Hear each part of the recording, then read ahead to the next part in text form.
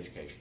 And just by any measure you look at, compare America to the rest of the world and the rest of the industrialized world, and you start looking at our results, and they're somewhere between, depending on what you look at, between 14 and like 26 or something. So, I mean, we're number one in spending, but as far as results, we're middle of the road. Our healthcare is that way, and our education is that, and it's because these huge bureaucracies that we have.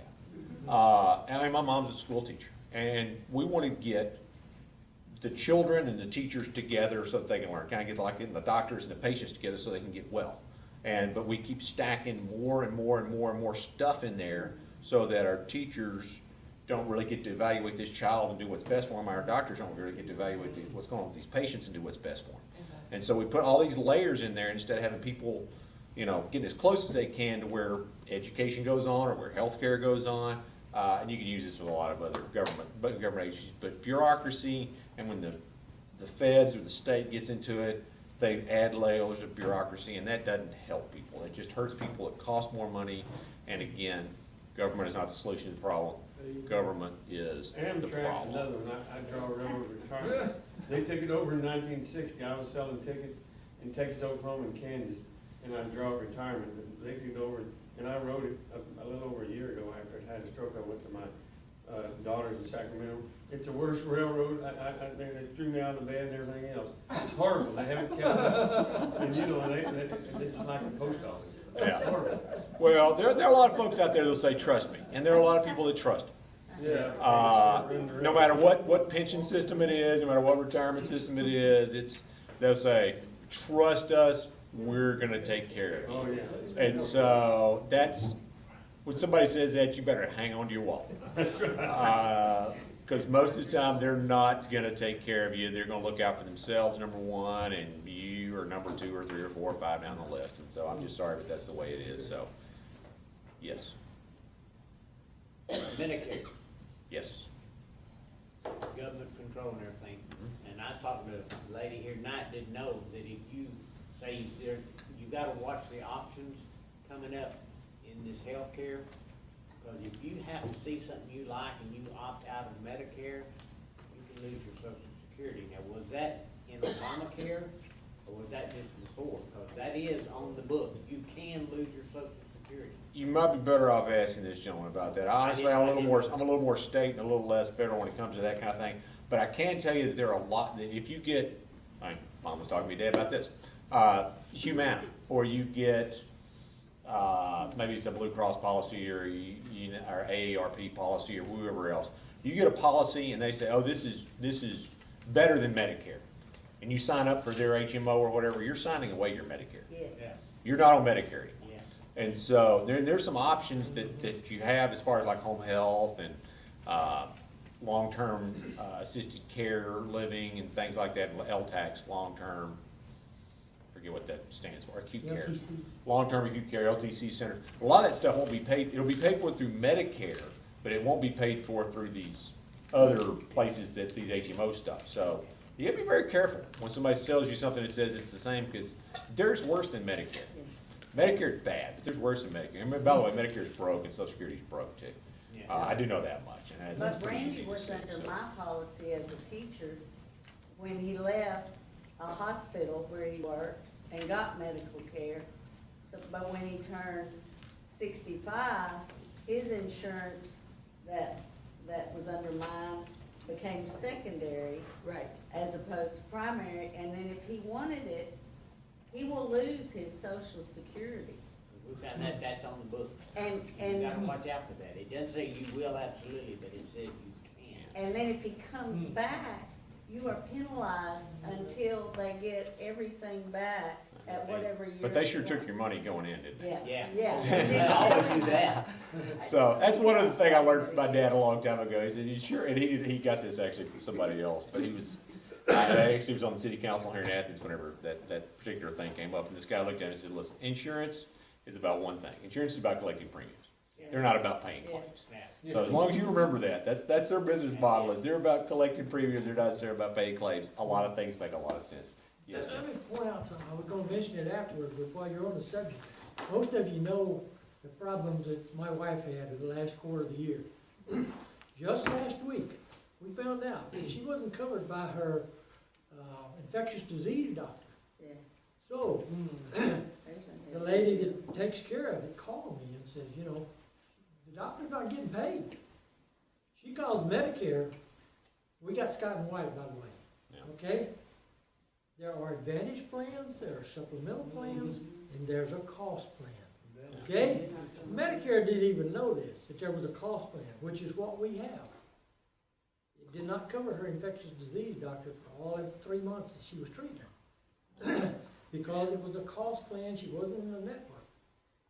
The people in the doctor's office had never heard of a cost plan. Yeah, that stuff sneaks up Finally, on they you. got through to a supervisor with Medicare, she did, and said, yes, there is. So now, we're waiting to see what our bill's gonna be. That's a gotcha, and that happens a lot. I mean, you go to the ER, the hospital is covered. I mean, you look and you do your dead level best to try to get everything inside the network that you're in. And so you go to the hospital's in network. The ER doctor might not be that sees you. The radiologist reads your X-ray may not be. The anesthesiologist puts you to sleep. Maybe even the surgeon that operates on you may not be in those things. So I mean, it's really, and they'll send you a full bill. They won't send you the discounted rate that you get by, going through Medicare or that other kind of stuff, or even a Humana bill or a Blue Cross or anybody. I mean, they're sending you the big bill, and so that's kind of a gotcha that a lot of people get into and they don't know about. That's kind of a little dirty underbelly of what goes on in medicine today, and so I honestly think that if people are smart, and if you say, listen, you'll be kind of responsible with the bill, you're going to start asking that guy who walks in, are you on my plan? Yeah. What exactly do you charge? And this happens in other countries in the world. I mean, when I was in Bangladesh and all those places, these people are poor, but they paid for their health care.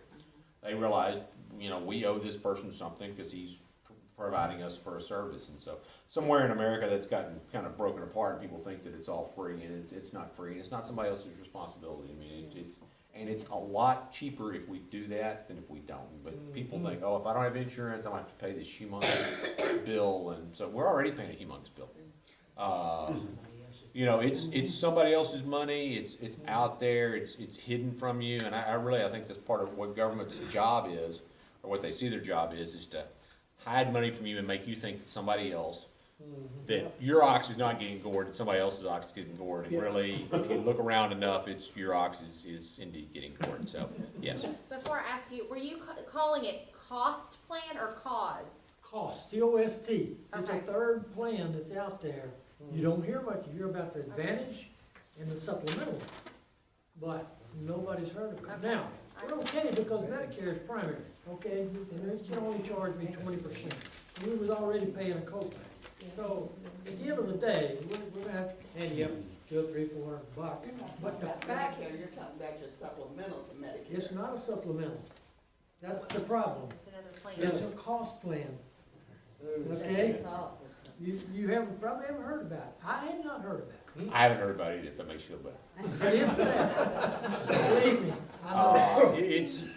There's so much stuff, it becomes very hard, and this is another one thing that is really bad in medicine, even for me being a surgeon. I mean, I had people that I joined a big group because the big group had a bunch of people, and they hired a bunch of people, and they looked through all this stuff and tried to do all this paperwork, and because, one doc can't look and say, I'm gonna take this, this, and this, because somebody comes in and they've got a problem, and you're gonna take care of it and do your very best, and you want they paid for this insurance, and they should be able to get their product used for what they paid for. I mean, I'll tell you that and let me, before I take any other questions, let me just go through this real quick.